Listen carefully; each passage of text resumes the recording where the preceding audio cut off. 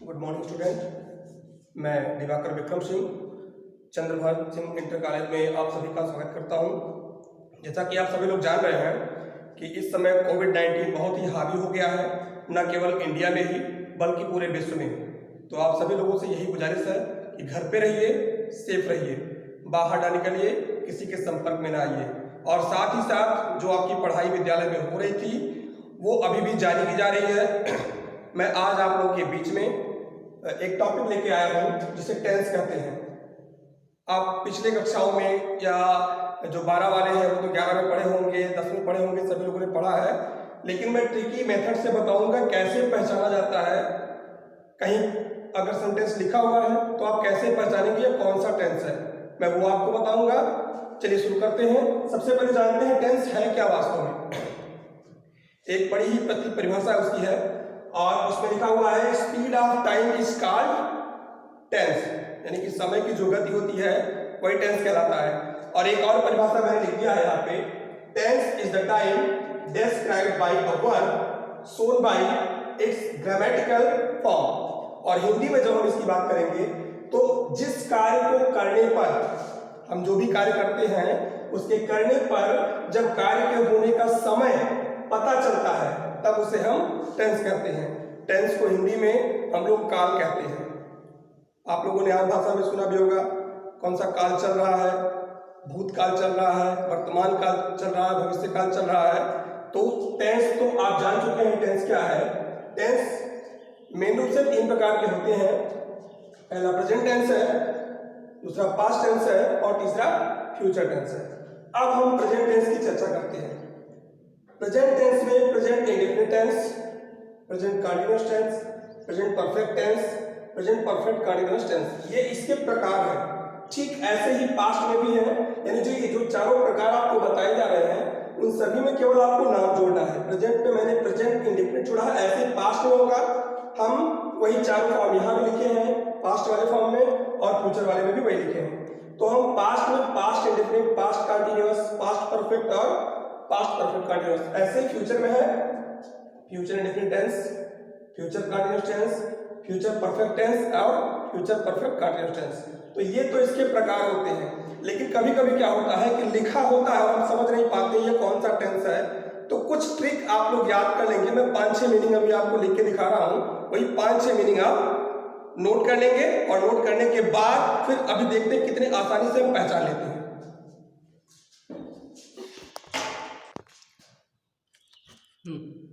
चलिए देखते हैं। हमने लिखा है प्रेजेंट। प्रेजेंट का जो वास्तव में अर्थ होता है वो वर्तमान होता है, लेकिन यहाँ हम समझने के लिए केवल इतना देखेंगे कि वास्तव में प्रेजेंट को किस रूप में लिया जाए। प्रेजेंट को हम कहते है, हूँ इत्यादि के रूप में ले सकते हैं। दूसरा जब पास्ट की बात करते हैं आपको इससे लर्न करना होगा। पास्ट के लिए भूतकाल जरूर होता है, लेकिन आपको लर्न करना है पास्ट मीन्स था। ये ट्रिक है, मैं ट्रिक आपको बता रहा हूँ, सॉरी। इसे किसी अन्य अर्थों में लेने की जरूरत नहीं है, जो इसका वास्तविक अर्थ है वो कुछ और है, लेकिन हमें याद करना है फ्यूचर। फ्यूचर को हम याद करेंगे गा, यानी गा, गी, गे किसी भी रूप में आ सकता है। उसके बाद हम इंडेफिनिट की बात करते हैं। इंडेफिनिट के लिए हमें रटना होगा ता, और उसके बाद कंटीन्यूअस में आपको रटना होगा रहा, और परफेक्ट के लिए आपको रटना होगा चुका, यानी ये रहा, रही, रहे, चुका, चुकी, ये सब ऐसे ही आपको रट लेना है। अब जैसे कोई सेंटेंस दिया जाए तो सेंटेंस में कैसे पहचानेंगे हम ये कौन सा टेंस है। ये जरूरी नहीं है आप इससे 80% पहचान लेंगे, लेकिन कुछ और तरीके हैं जिससे आपको पहचाने होंगे, वो आपको रटना होगा बाद में। मैं भी 80% पे वर्क कर रहा हूँ। जैसे मैंने लिखा राम घर जाता है, एक सेंटेंस में लिखा राम घर जाता है। तो हम यहाँ सबसे इस लास्ट में देखते हैं। हमें जब शुरू करना है पहले लिखा है के लिए, अभी देखिए बच्चों, देखिए क्या लिखा हुआ है के लिए, क्या लिखा हुआ है प्रेजेंट लिखा हुआ है ना। तो अब हम सबसे पहले लिख लेंगे ये प्रेजेंट है, ये प्रेजेंट हो गया। अब उसके बाद लिखा हुआ है यहाँ देखिए ता आया हुआ है। ता के लिए हमने क्या लिखा हुआ है यहाँ पे इंडेफिनिट लिखा हुआ है, लिखा ना। अब यानी कि ये हो गया प्रेजेंट इंडेफिनिट टेंस। आसान है ना। ऐसे ही आप कोई भी सेंटेंस लिख लीजिए, जैसे मैं कपड़ा धोता हूँ, उसमें भी ता हूँ आया हुआ है। वह पढ़ने जाती है, कोई भी सेंटेंस लीजिए, अगर ऐसा आया हुआ है तो वो क्या हो जाएगा, प्रेजेंट इंडेफिनिट टेंस। अच्छा, अब इसको चेंज करके देखते हैं क्या होता है। हमने लिखा मैं पढ़ने जाया करता था। अब तो आप पहचान ही गए होंगे कौन सा टेंस है। सबसे पहले क्या करेंगे हम, हाँ बिल्कुल सही, सबसे पहले हम लिखेंगे था को। था की अंग्रेजी क्या होती है, नहीं पता, चलिए देखते हैं। यहाँ पे था के लिखा हमने पास्ट। अब हम यहाँ देखेंगे ये पास्ट है, लेकिन एक और चीज देखेंगे, यहाँ पे क्या लिखा हुआ है, ता। क्या लिखा है, ता, यानी कि अब ये क्या हो जाएगा, past indefinite tense. Past indefinite tense ये हो जाएगा। लेकिन जरूरी नहीं कि ये इसको कंप्लीट कर दे रहा है। कभी कभी क्या होता है, हम ता के अलावा ये तो रखना पड़ेगा, मैंने कहा था ना 80%। अब आपको वर्क करना है किसी वाक्य के अंत में, जब हिंदी वाक्य होता है, हिंदी वाक्य में हम देखते हैं लास्ट में या, आ, ई ये सब आते हैं।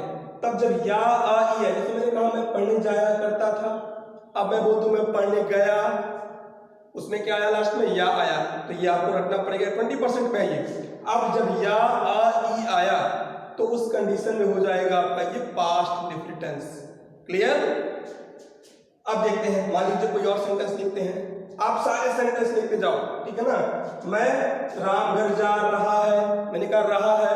अब रहा है जब आया यहाँ पे, रहा है के लिए आप क्या करेंगे, प्रेजेंट लिखेंगे, और रहा के लिए कंटिन्यूअस। Very good. तो अब ये हो जाएगा प्रेजेंट कंटिन्यूअस टेंस।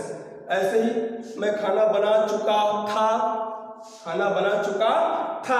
अच्छा, लास्ट में था आया हुआ है, था का मतलब पास्ट, और चुका के लिए क्या आया, देख लीजिए, रटना है, रट लेंगे तभी कुछ आएगा। कहीं लिखा है, यहाँ देखिए लिखा हुआ है, यानी चुका और था, पास्ट और परफेक्ट ये बन गया। ये तो इसकी पहचान हुई। लेकिन एक और चीज है, जैसे आप प्रेजेंट परफेक्ट टेंस की चर्चा करें, प्रेजेंट परफेक्ट टेंस में क्या आना चाहिए, प्रेजेंट माने है आना चाहिए, और परफेक्ट माने चुका, यानी चुका है, चुकी है, चुके हैं, ये अगर आ गया तो आप बिल्कुल पहचान जाएंगे कि ये प्रेजेंट परफेक्ट टेंस है। लेकिन जरूरी नहीं है हरदम चुका है, चुकी है, चुके हैं आए। अभी मैंने पास्ट इंडेफिनिट में बोला था कि मैंने खाना खाया, ये कौन सा टेंस है, ये तो ता था, टी जो पढ़ रहे थे ना, उसी में ये भी आता है। अच्छा, अगर बचना क्या है, मैंने खाना खाया, अगर ऐसा आया तो पास्ट इंडेफिनिट, मैंने खाना खाया है। अब अगर है भी आ गया तो ये तो निश्चित रूप से आपको पता ही है कि है आ गया तो ये प्रेजेंट में आ जाएगा, यानी या है, ई है, ए है, चुका है, चुकी है। जब आपको मैं पूरा पढ़ाऊंगा, आगे चल के पढ़ाऊंगा, अभी तो मैं पहचानने की कला बता रहा हूँ, आगे चल के जब मैं आपको पढ़ाऊंगा तब मैं आपको बताऊंगा, तो पूरा मैं आप सबको लिखा दूंगा, आप इसको नोट डाउन करते रहें, मैं लिखा दूंगा, और वो हो जाएगा आपका प्रेजेंट परफेक्ट टेंस। अच्छा, अब कंटिन्यूअस की जो चर्चा करते हैं तो आप किसी में भी रख के देख सकते हैं। प्रेजेंट कंटिन्यूअस टेंस की जब मैं चर्चा करूंगा तो उसमें क्या होगा कि मान लीजिए टाइम दिया हुआ है, मान लीजिए उसमें टाइम दिया हुआ है, तो यहाँ मैं जा रहा हूँ, मैंने कहा मैं जा रहा हूँ, क्या हो जाएगा, रहा हूँ, प्रेजेंट कंटिन्यूअस। लेकिन अब यहीं पर कह दिया जाए मैं 2 दिन से जा रहा हूँ, कुछ आया, 2 दिन आ गया, यानी जब 2 दिन की चर्चा की जाएगी तो उस कंडीशन में क्या हो जाएगा, वो टाइम आ गया, यानी परफेक्टनेस आ गया, एग्जैक्ट टाइम बता रहा है। कंटिन्यूअस तो है, मैं लिख के आपको दिखाता हूं, मैं 2 दिन से जा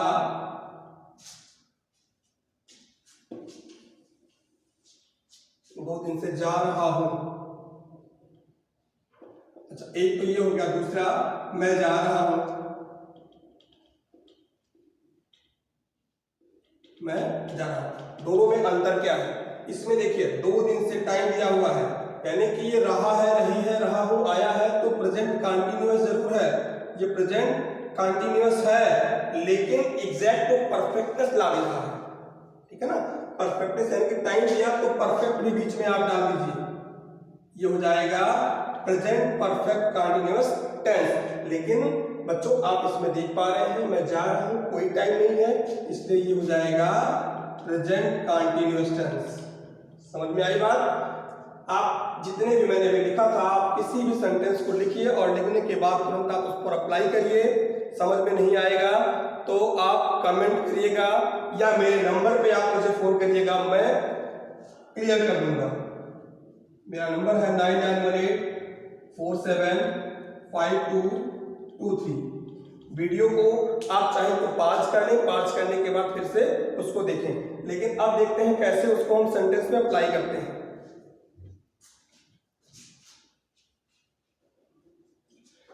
सबसे ज्यादा जरूरी ये होता है टेंस में, क्योंकि हम एक तरफ से टेंस को पढ़ेंगे। मैं आज प्रेजेंट इंडेफिनिट टेंस की चर्चा करूंगा।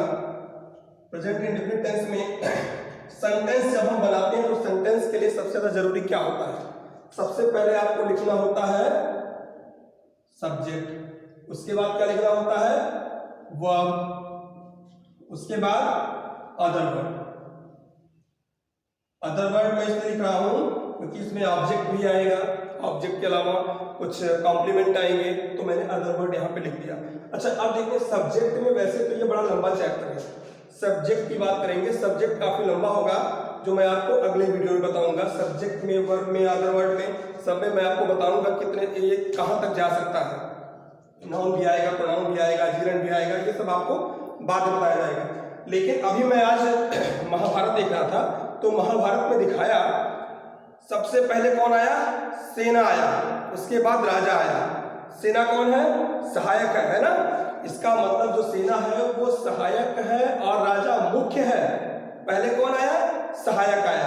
यानी कि जब हम सब्जेक्ट लिख देंगे तो सब्जेक्ट लिखने के बाद हम वर्ब के जो कैटेगरी है उसको बांटेंगे। हम वर्ब में सब पहले हेल्पिंग वर्ब लिखेंगे। कौन सा? हेल्पिंग वर्ब, ये सहायक क्रिया है। उसके बाद मेन वर्ब। देखिए मैं महाभारत का एग्जाम्पल इसलिए दिया हूं ताकि आप इंटरेस्ट ले सकें, इंटरेस्ट के साथ सीखें। जरूरी नहीं इसका उसके साथ कोई रिलेशन नहीं है, लेकिन पहले हेल्पिंग वर्ब होगा और उसके बाद मेन वर्ब होगा। ऐसे आपको अप्लाई करना होगा। अब अप्लाई करने के लिए आपको एक चीज और देखना होगा। सब्जेक्ट जो हमारा होगा, सब्जेक्ट में सिंगुलर भी आएगा। क्या क्या आएगा? सिंगुलर, और कौन आएगा? प्लूरल। ये सब आपको मैं पहले ही क्लास में बता चुका हूं, लेकिन फिर मैं दोहराना चाहूंगा। सिंगुलर और प्लूरल की जो कैटेगरी आई है, ये दो फैमिली है। आप ऐसे रिलेट कर लीजिए इसको, ठीक है ना, कि दो परिवार है, एक सिंगुलर का परिवार है और दूसरा प्लूरल का। अब सिंगुलर के परिवार में कौन कौन आएगा जरूरी है जानना। सिंगुलर में आप हिंदी में एक शब्द सुने हैं, वह। वह के अंग्रेजी क्या होती है? वह के लिए आप ही का भी इस्तेमाल करते हैं, सी का भी करते हैं और इट का भी करते हैं, तीनों का करते हैं। अब इसके अलावा कोई भी ऐसा वर्ड जो सब्जेक्ट के रूप में आया हो, जिसे आप जैसे ही पढ़ें या जैसे ही देखें तो आपको लगे कि वो अकेला है, तो वो भी सिंगुलर की फैमिली में आएगा। यानी कि ये जो थर्ड पर्सन आपका है, सिंगुलर के अंतर्गत आपका ये थर्ड पर्सन है कि ही, सी, इट। और अगर ये याद करना मुश्किल लग रहा है तो आप याद करिए सिंगुलर में वह, और ऐसा व्यक्ति जो दिखने में अकेला हो वो सिंगुलर में आएगा। उसके बाद जितने भी वर्ड बचते हैं वो प्लूरल में आते हैं। एक और चीज जरूरी है जानना, एक जैसे वर्ड है आई। आई क्या करता है? आई दिखने में तो सिंगुलर है, लेकिन वास्तव में वो प्लूरल फैमिली को बिलोंग करता है, ठीक है ना। तो अब आई को हम प्लूरल फैमिली में लिखेंगे। अब इसमें आई आएगा, दे, यू, वी, यानी जितने भी इसमें आते जाएंगे और जितने भी हैं इसके अलावा सारे के सारे आप प्लूरल में इंक्लूड कर लीजिएगा और उसके बाद आसानी के साथ बनाइएगा। और जब वर्ब की बात करेंगे तो वर्ब में बड़ा ही जरूरी होता है। देखिए कोई भी वर्ब का कोई भी वर्ड हो, वर्ब है क्या? यानी जो एक्शन दिखाता हो, जो कार्य को दिखाता हो, वही क्रिया होता है। अब क्रिया में मैं आपको बता रहा हूं मेन रूप में, यानी अपने फर्स्ट फॉर्म में वो हमेशा प्लूरल होता है। जैसे रन है, रन क्या है? प्ले क्या है? प्ले वर्ब का फर्स्ट फॉर्म है। ये सारे क्या है? वर्ब का फर्स्ट फॉर्म। अपने मेन वर्ब में जब ये होता है तो ये प्लूरल होता है, ठीक है ना, यानी ये प्लूरल होगा। अब इसे सिंगुलर बनाना पड़ता है। सिंगुलर बनाने के लिए आप क्या करेंगे, इसमें यस या ईएस जोड़ेंगे, यस या ईएस। लेकिन ध्यान रहे बच्चों, यस या ईएस आप जोड़ के प्लूरल जरूर बनाएंगे, लेकिन केवल क्रिया में ऐसा काम करेंगे। अगर आप किसी सब्जेक्ट में ये काम कर देंगे, जैसे सब्जेक्ट में बॉय लिखा हुआ है, क्या बॉय क्रिया है? वो तो क्रिया नहीं है, वो सब्जेक्ट है। अगर आपने उसमें यस या यस लगाया तो वो हो जाएगा प्लूरल। और हमें जैसा सब्जेक्ट होगा, सब्जेक्ट और वर्ब का एग्रीमेंट बहुत जरूरी होता है। जैसा सब्जेक्ट होगा वैसा ही वर्ब हम यूज करेंगे। क्लियर? यानी कि सब्जेक्ट अगर सिंगुलर है, सब्जेक्ट अगर सिंगुलर है तो हम वर्ब को भी सिंगुलर के रूप में लेंगे। किस रूप में? सिंगुलर के रूप में लेंगे। लेकिन वर्ब होता क्या है? ये तो प्लूरल होता है ना। तो अब इसको सिंगुलर आप बना लेंगे। यस, इसमें यस या यस नहीं जोड़ेंगे, इसमें यस या ईएस हम नहीं जोड़ेंगे, लेकिन इसमें क्या कर देंगे, यस या ईएस हम जोड़ देंगे, तब ये बराबर हो पाएगा। और इसके बाद प्रेजेंट इंडेफिनिट टेंस जैसा कि पहचान है। मुझे लगता है वीडियो बहुत लंबा मुझे नहीं बनाना चाहिए, और अगले वीडियो में मैं आपको बताऊंगा, मैं टेंस की शुरुआत करूंगा। तब तक के लिए आप इसको अगर चाहें वीडियो को स्किप नहीं करें, इसको लगातार देखें, घूम के देखें, आइए समझ में आ जाएगा। प्रैक्टिस करिएगा, प्रैक्टिस करने के बाद कोई समस्या आएगी तो फिर हमको बताइएगा। मिलते हैं बाद में। Thank you.